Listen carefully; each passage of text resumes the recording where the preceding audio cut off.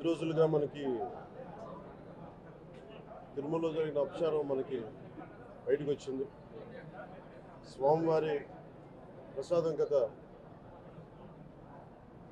శతాబ్దాలుగా, సరిగ్గా చెప్పాలంటే 300 సంవత్సరాల పై చిలుకు నుంచి స్వామివారి ప్రసాదాన్ని తిరుపతిలో కానీ దీన్ని 3 శతాబ్దాల పైనుంచి దీన్ని తీసుకొస్తూ వచ్చారు, స్వామివారికి నైవేద్యంగా ఇస్తూ వచ్చారు.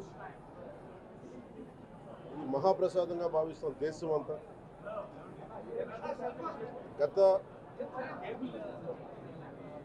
ఇది ఒక ప్రభుత్వాన్ని నిందించడానికో, దీని మీద రాజకీయ లబ్ధి పొందడానికో దీని వెనుక ఉద్దేశం లేదు. వైసీపీ పాలనలో టీటీడీ బోర్డుని కాన్స్టిట్యూట్ చేసిన విధానం మేము ముందు నుంచి ఆక్షేపణలు తెలియజేస్తా ఉన్నాం. ఏ గుడైనా సరే భక్తుల మనోభావాలు దెబ్బతినకుండా, ఆచార వ్యవహారాలని నిర్వీర్యం చేయకుండా, అపరాధం వాటిల్లకుండా ముందుకు తీసుకెళ్లాల్సిన అవసరం ఉంది. అది మరి బాధ్యత. సో టీటీడీ బోర్డుని కాన్స్టిట్యూట్ చేసిన వైసీపీ ప్రభుత్వం 2019 నుంచి సంస్కరణల పేరుతోటి, అంతకుముందు చాలా తప్పులు జరిగినాయనే వాటితోటి చాలా మార్పులు చేర్పులు పట్టుకొచ్చారు. స్వామివారి పూజా విధానాలు మార్చేశారు. శ్రీవాణి ట్రస్ట్ అని పేరు పెట్టి దాని మీద 10,000 రూపాయలు టికెట్ పెట్టారు ఒక్కొక్క వ్యక్తికి. ఒక్కొక్క కుటుంబం వస్తే 5 మంది, 4 వస్తే తక్కువ కాకుండా వాళ్ళకి 50,000 రూపాయలు వసూలు చేసి టికెట్ మటుకు, బిల్లు మటుకు 500 రూపాయలకి ఇస్తూ ఉండేవాళ్ళు. ఇది నేను చాలాసార్లు, నాతో పాటు చాలామంది భక్తులు ప్రస్తావించారు, చాలామంది రాజకీయ పార్టీల ప్రతినిధులు దీన్ని ప్రస్తావించారు. అన్ని పార్టీలు ప్రస్తావిస్తూనే ఉన్నాయి, వేలెత్తి చూపుతూనే ఉన్నాయి. కానీ ఏ రోజు కూడా దాన్ని పట్టించుకున్న పాపాన్ని పోలేదు. అలాగే వైసీపీ పాలనలో అఫీషియల్గా ఆన్ రికార్డ్ 219 గుడుల్ని అపవిత్రం చేశారు. విగ్రహాలని విధ్వంసం కావచ్చు, రథాలు తగలబెట్టడం కావచ్చు, అలాగే 300 పైచిలకు మన దేవాలయాలను అపవిత్రం చేశారు. ఇన్ని జరిగినా కానీ ఎప్పుడు నేను గొంతెత్తుతూనే ఉన్నాను. ఆ రోజు రామతీర్థం సమయంలో కూడా రాముల వారి విగ్రహాన్ని తల నరికేస్తే అర్చకులు దాన్ని, రాముల వారి విగ్రహాన్ని ఇలా పట్టుకొని ఆయన బాధపడుతుంటే ఆ రోజు కూడా నేను తెలియజేశాను. ఆ రోజు కూడా అందరూ ఏకం కావాలి. ఎవరి మతమైనా కావచ్చు, ఎవరి ప్రార్థనా మందిరాలు కావచ్చు, దేవాలయం కావచ్చు, మస్జిద్ కావచ్చు, చర్చి కావచ్చు, కానీ వారి మనోభావాలకి దెబ్బతినేలాగా దాడులు జరిగితే బయటికి రావాలి అని అందరూ నేను కోరుకుంటే, ఆ రోజున చిలకలూరుపేట నుంచి ఉండే ముస్లిం సమాజ సోదరులు కూడా బయటకు వచ్చి ఆ రోజున మద్దతు తెలియజేశారు. ఇది ఏ ధర్మానికి సంబంధించిన అందరూ రావాలని ఒక పిలుపునిస్తే ఆ రోజు కూడా వచ్చారు. మీరు కావాలంటే అది ఒకసారి మీరు ట్విట్టర్ టైం లైన్లో ఉంటుంది, అది కూడా మీరు చూసుకోవచ్చు.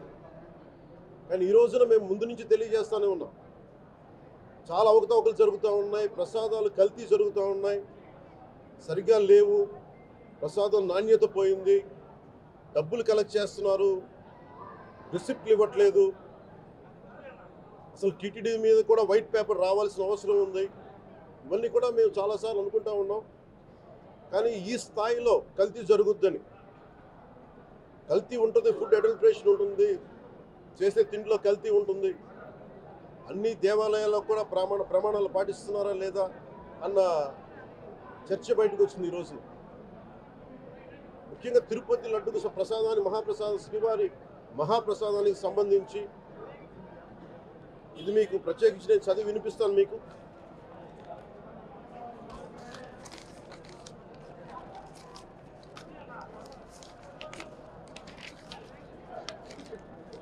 ఈ రిపోర్ట్ ప్రత్యేకించి centre for analysis and learning in livestock and food of the national dairy development board వారికి శాంపుల్స్ పంపిస్తే ఇది వాళ్ళు తెలియజేసింది స్టాండర్డ్ వాల్యూ లిమిట్స్ ఎలా ఉండాలి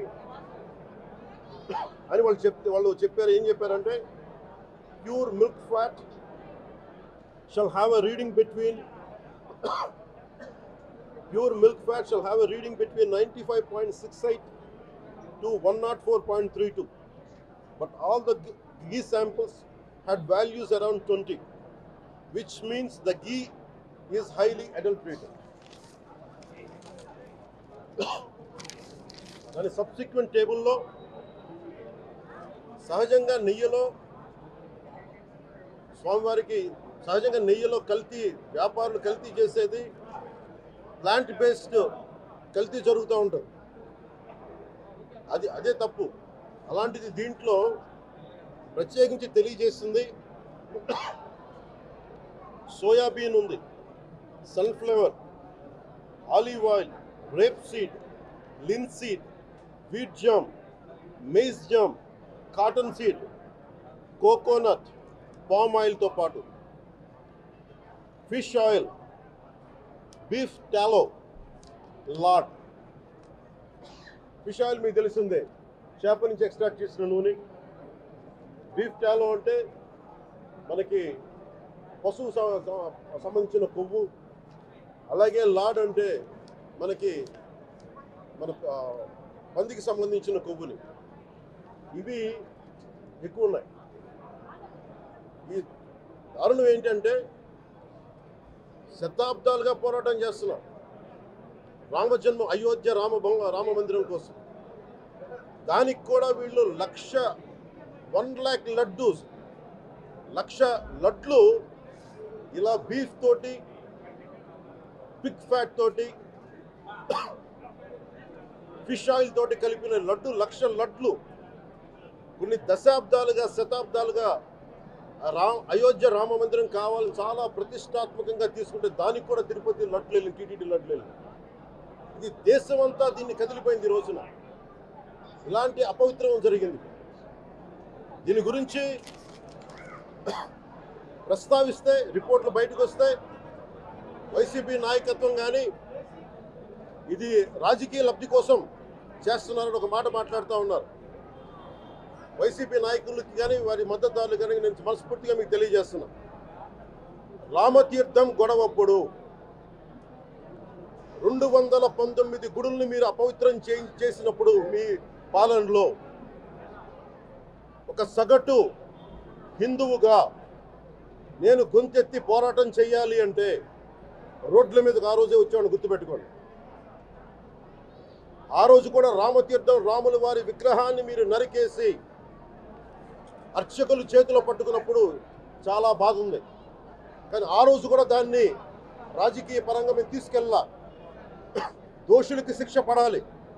వీళ్ళెవరో కనుక్కోండి, ఈ రోజు వరకు మీరు పట్టించుకోవాలా. ఇది మేము చెప్తూనే ఉన్నాం.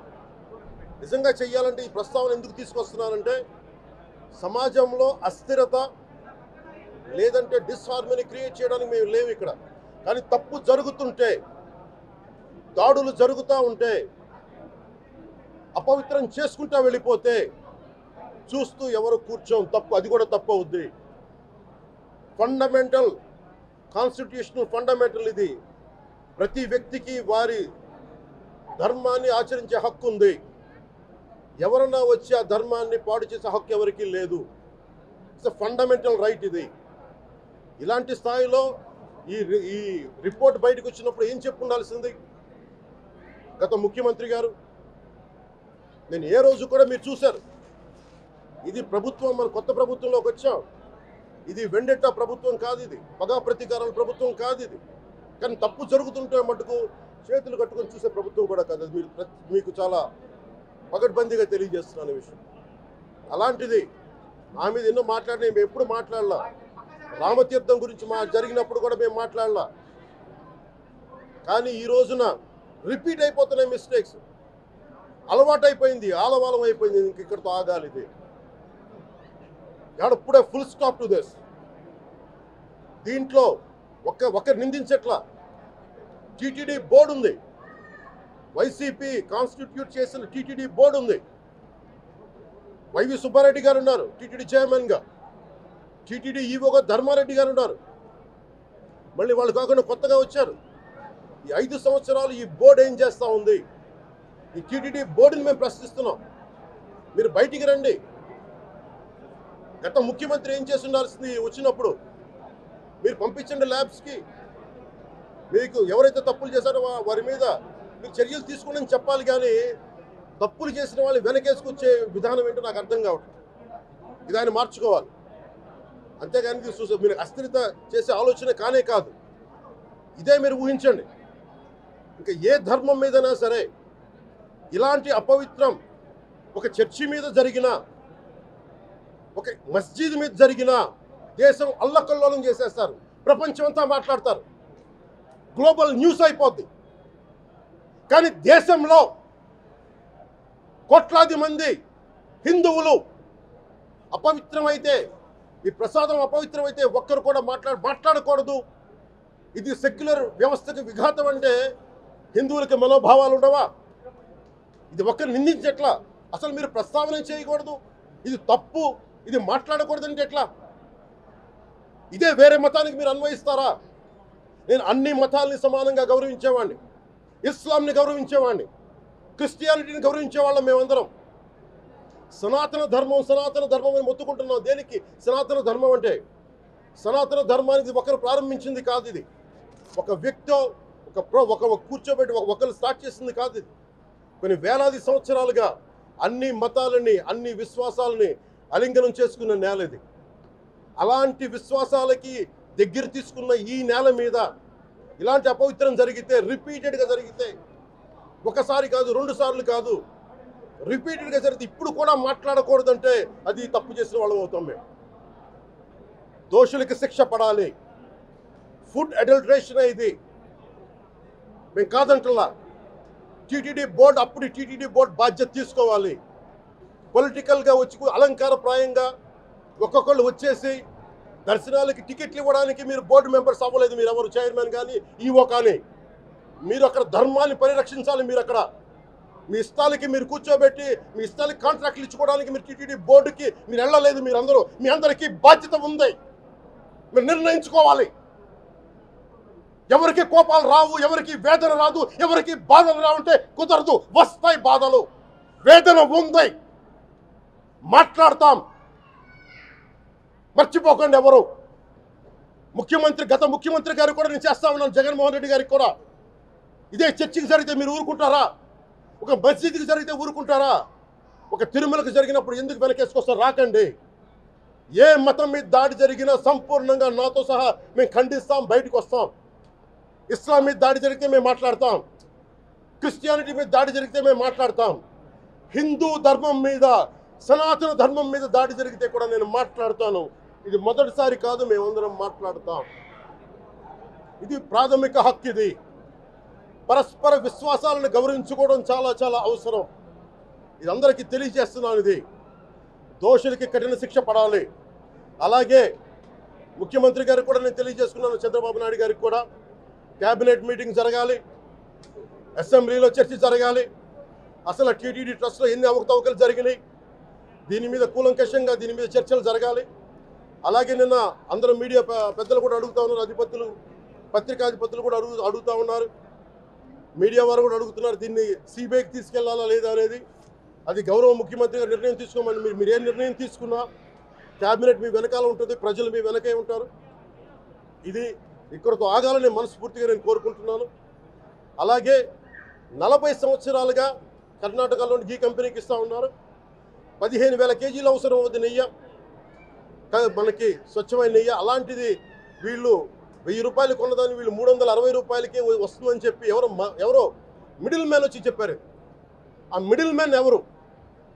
దీని మీద సంతకం పెట్టింది ఎవరు? మీరు 1,00,000 లడ్డూలు మీరు అయోధ్యగా పంపించినప్పుడు మాట్లాడింది ఎవరు?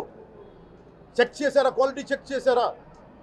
కోట్లాది మంది భగవంతుణ్ణి విశ్వాసం ప్రకటించే ప్రతి ఒక్కరి ఈ రోజున బాధకు గురయ్యారు. నాకు నిజంగా ఇంకో వేదన కూడా ఉంది. ఇది ఇంకొకరు నిందించట్లా.